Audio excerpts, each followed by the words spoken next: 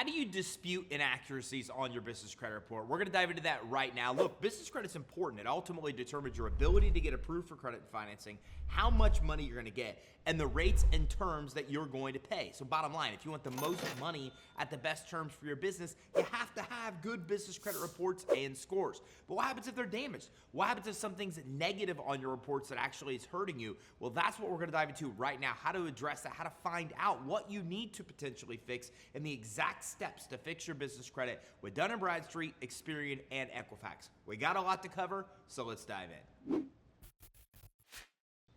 So obviously business credit's important. I mean, business credit determines your fate when it comes to getting business credit and financing. The better your business credit, the more money you're going to get, the better the terms on that credit and financing, which means the more money you're able to get with the lower payments. But what happens if something negative is on your business credit report? Here's the exact steps to take. Step one, you have to get a copy of your business credit reports. I know, it sounds easy, but it's not as easy as you may think, because you're going to have to go to a few different places to be able to get these reports. Now, if you're a Credit Suite client, you're already using lender credit reports that give you your DMB, Equifax, and Experian all in one place.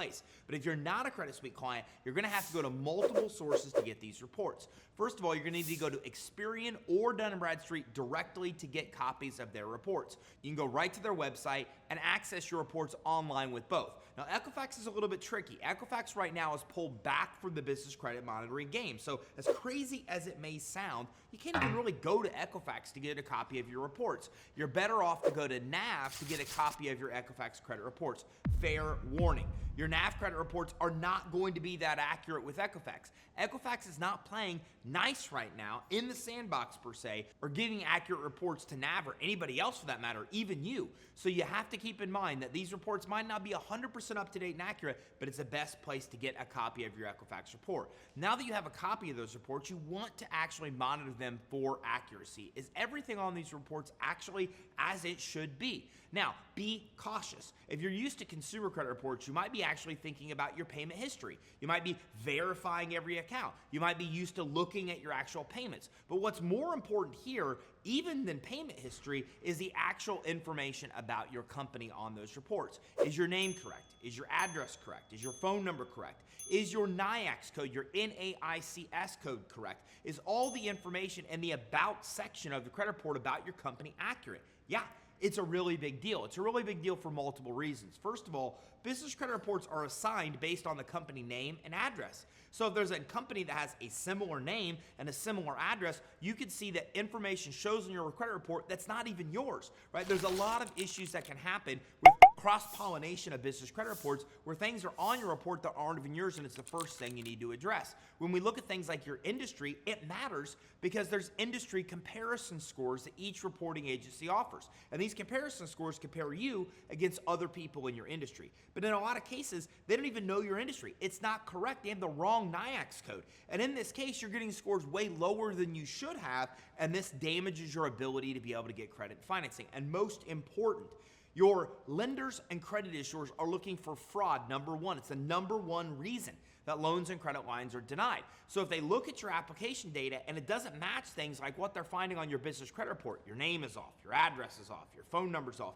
all that information is incorrect or any of it is incorrect, they oftentimes may think the application is fraud and you're turned down before they even look at the actual application. So you've got to make sure that when you're reviewing your report for accuracy, that you're actually looking at the About section of your report. Is all of your company details correct? It's the best place to start.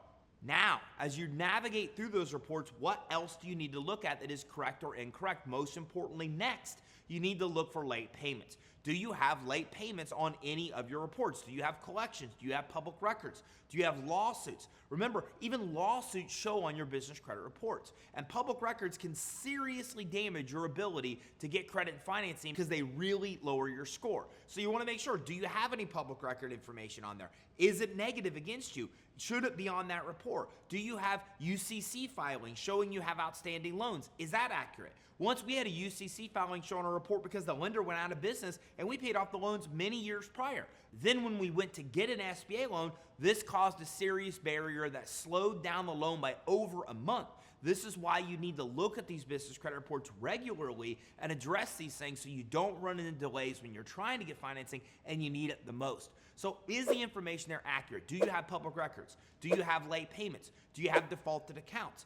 If any of that information is on there that's negative, then you really want to consider disputing it. We're going to talk about that in the next step. You have to be careful though, because when it comes to disputing, oftentimes they'll remove the entire account from your business credit reports, not just a late payment, for example. So if you have 50 on-time payments and one late payment, you have to really think about this account before you dispute it, because if you dispute it, you might remove the entire account, including the 50 on-time payments. So when you find inaccuracies that need to be addressed, make sure that you thoroughly are looking at this report and only addressing issues that can actually harm you. And don't forget, you do not want to remove the positive information on the report, but if you dispute even one account, you're probably going to remove the entire thing, including the positive payment history. So things to keep in mind. Next, it's time to start disputing. Now, the best case scenario is you have some kind of verification, documentation, support of what you're actually claiming is inaccurate on the credit report. So if you have that, you always want to try to submit that in step one.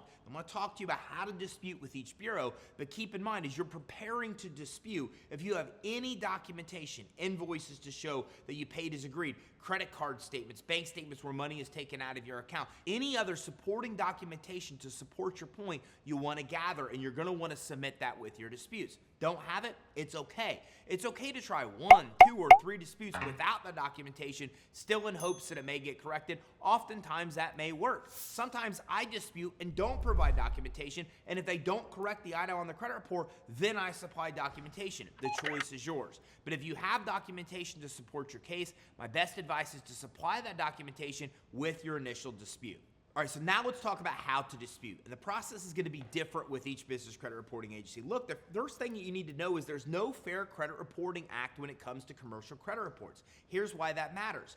In consumer credit repair, there's an organized system because there's a law that governs what the credit bureaus and creditors must do in the case of a dispute and how they must handle your information. There's no such law in the commercial credit report space, which means that there's no law that governs credit issuers and lenders and the business credit reporting agencies on how they must handle your disputes. It's why the process is different with each one of these reporting agencies. So let's start with the biggest, Dun & Bradstreet. Now they have something called their dashboard that you can get access to 100% for free, and you can update anything on your business credit reports. So if you have something inaccurate, your dashboard would deem is where you want to start to process that actual dispute. Now Experian, you want to get their business credit reports, and at the bottom of your business credit report, you're going to see an option to be able to dispute right there. You're going to dispute with Experian through their business credit monitoring online platform. And with Equifax, they've got a spot right on their website for small business where you can actually address any disputes that you want to process on your Equifax business credit reports.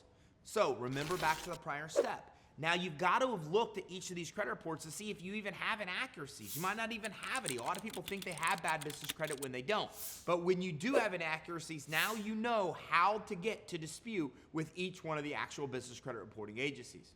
Next, you want to file your dispute. And when you're filing your dispute online, all you basically want to do is say, hey, here's the account, here's the details to identify the account, here's what's wrong, and here's what's right. Here's what needs to be corrected. And that's ultimately what you're going to supply supporting documentation for if you have it. So for example, the last dispute I did to Experian was because they had my NAICS code incorrect. They did not have my industry correct, so I simply went online and said, hey, you have this NAICS code. Here's what's wrong, right? It should be this. Here's what's right. What I want them to do is next. I want you to update my business credit report to remove this incorrect NAICS code and then actually update it with the correct one, which is this. This is very clear and concise on what I want to do. Here's what's wrong. Here's what's right. Here's the action steps I want you to take to correct the incorrect information and update it to the correct information. And again, if you have any supporting documentation, this is where you're going to supply it. Next, follow up. Keep an eye on your business credit reports. Keep an eye on your dashboard or hear back from Equifax, or with Experian, keep an eye on your business credit reports or your online system when they'll notify you that anything has been updated. Did they update the information correctly? Did they update the information favorably? Did they update the information as you would expect them to? Now, typically what's going to happen is they may remove the entire account, like I said, and there's nothing you're going to do to reverse that once it's done, which is why I'm giving you fair warning. Now, on the other end, they may say, hey, we tried to look into this, we verified it, we can't verify what you're saying is correct, we're going to leave it like it is. Or the third outcome is they're going to come in and say, look, it's wrong, we updated the actual account. So it's usually going to be removed, they're going to update it, or they're going to notify you that there are no changes. Now, if they removed it or updated it, congratulations. The problem that you needed solved is now solved. If they came back and said, no, we disagree, then you need to go back to them again. Now, at this point, if you haven't already, this is where you're going to supply supporting documentation to support your case. You tried it once without documentation. Now they're denying your request. Now you might want to come in with as much supporting documentation as you have and hit them again. Now, if you don't have supporting documentation, then dispute them again and come back and say, look, here's why I feel that this is wrong, right? You can come back and give them more information without supplying documentation. So let me give you an example. So I actually disputed my NAICS code with Experian, and Experian said, we validated this with a third-party source. We already made sure that your NAICS code is correct. We're denying your request. I went back to them and said, listen, here's the deal. My tax returns, my Dun & Bradstreet, my Equifax credit reports all show the right NAICS code. You are the only place that has it wrong. And by the way, I know who the third party is that you use to validate the information. It's LexisNexis. They have it correct as well. You need to update it because everybody else has it correct and you have it incorrect. Guess what? They fixed it without me supplying any additional documentation. Now, if they would have denied my request, I would have sent that same notification and I would have shown on my IRS tax returns that they had it correct. I would have showed my D&B credit report that they had it correct. So on that third attempt, me personally, in this case, I would have included the supporting documentation to plead my case. But as you can see, in number one, I just said, here's what's wrong, here's what's right, here's what to fix. They said no. I came back and gave more details. Hey, this is wrong. Everybody else has it correct. You have it incorrect. This source has it correct. This source, this source. Here's why I think you should correct it. And they corrected it. But again, if they didn't, then I would come in with supporting documentation for that third time, and they would have actually updated the credit report and addressed my actual dispute. So then they would have updated my credit report and fixed what I actually asked them to fix. And finally, keep track of your records. Whatever they come back with, make sure you save that documentation. So if it ever's changed, reversed, corrected, you can use that as supporting documentation to go back to them and get another update done. Now, I've never seen this happen, but again, whenever I win a dispute, I always make sure that I put that aside because if the issue ever comes up again, I want to come back and go back to that credit reporting agency to have them update it after they actually reverse the decision that they made, which again, rarely ever happens, but it never hurts you to have that documentation stored. So if you get the result of your disputes, make sure you set that aside in case you need it in the future.